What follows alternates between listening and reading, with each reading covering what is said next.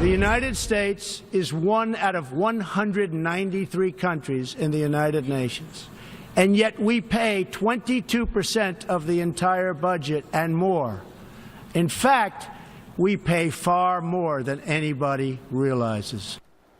So President Trump not mincing words this week, calling out UN members for not paying their fair share.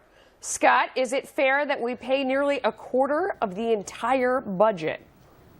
Melissa, isn't that a lot to pay for one voice, one objective that we get in this whole UN organization? Now, listen, the UN, since its creation, has done some great things for the world, but I believe the world has almost outgrown the UN. We had recent comments from the UK, in fact, Theresa May talking about withholding support for the UN because they want the UN to be more efficient, less kickbacks, less waste. And that's what I think we should see as the U.S. expression here is, let's get the UN more efficient and working more in our interest if we're going to continue to support it.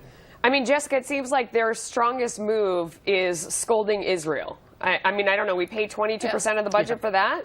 No, absolutely not. I mean, I don't know the figure. I'm not in a position, obviously, to be picking what we're spending on and what we're not.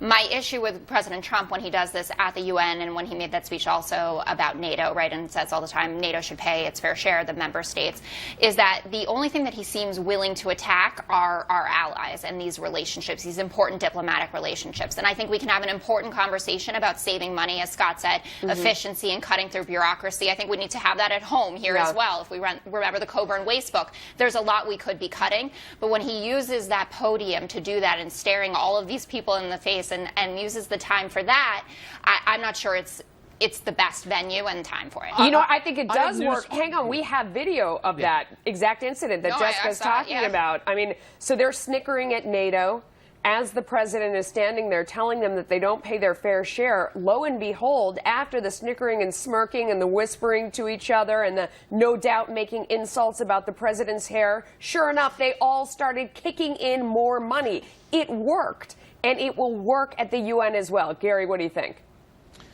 Forever, the three words have been, four words actually, just cut the check. And that's all we have been doing with everything. You look at the climate change deal also, we're cutting the check for everybody else. It's got to stop. It's called accountability in government, but not accountability for them. It's accountability to us. And Verizon in the last couple of weeks decided to cut $10 billion out of their spending by telling each department you're starting from ground zero. You have to prove to us you need the money and for what the are. That's what we should do with government. So good on Donald Trump. And I have no problem doing it out at the UN, in front of NATO. Sometimes you got to shame somebody to doing the right thing. No, absolutely true. I mean, Scott, that is the thing that drives me bananas about government. It is so common in business. You miss a quarter, something happens. They tell everybody, you got to cut 10%. You've got across the board. Nothing like that ever happens in government.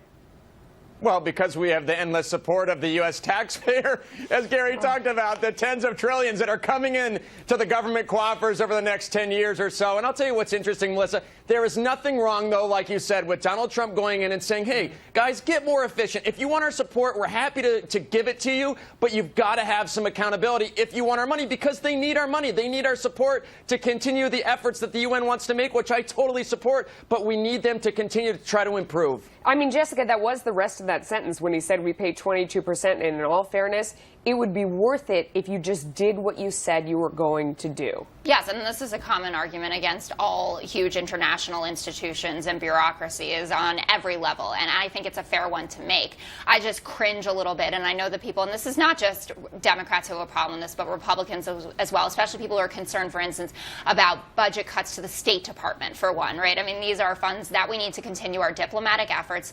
You know, we are the largest provider of aid. That's something that's important and in the national interest and the international interest, and we are, to a certain degree, and I know it upsets people, the policemen of the world, and we do want, I know I'm a nation builder. Not where all this money is going, though, Gary, right? I mean, there is so much waste, fraud, and abuse in every single department. I don't care what their mission is. I don't care what they say they're doing. Everybody could cut redundancy, waste, fraud, and abuse. What do you think, Gary? This past year, we will send local, state-wise, federally, over $6 trillion $6 trillion of our hard-earned dollars to government.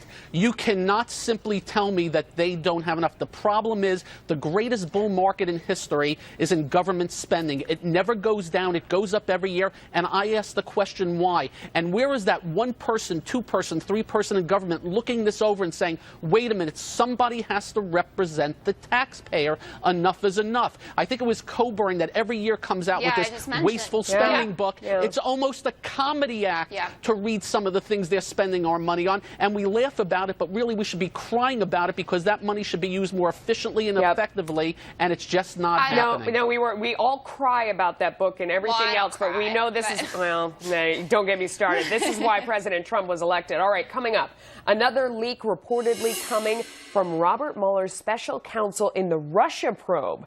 If the leaks don't get plugged, should taxpayers pull the plug on funding the special counsel?